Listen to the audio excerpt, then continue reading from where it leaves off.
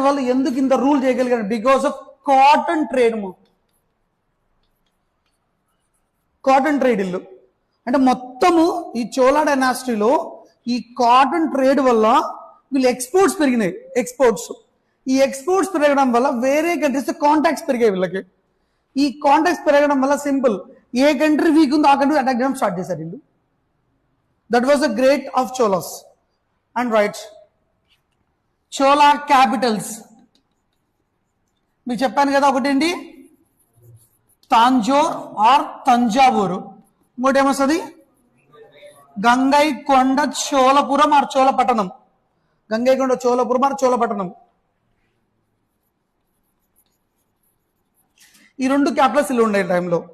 తర్వాత ఇంకొక సి వచ్చేసి వీళ్ళు కామన్ గా పల్లవాస్ కి ఫిడేటరీస్.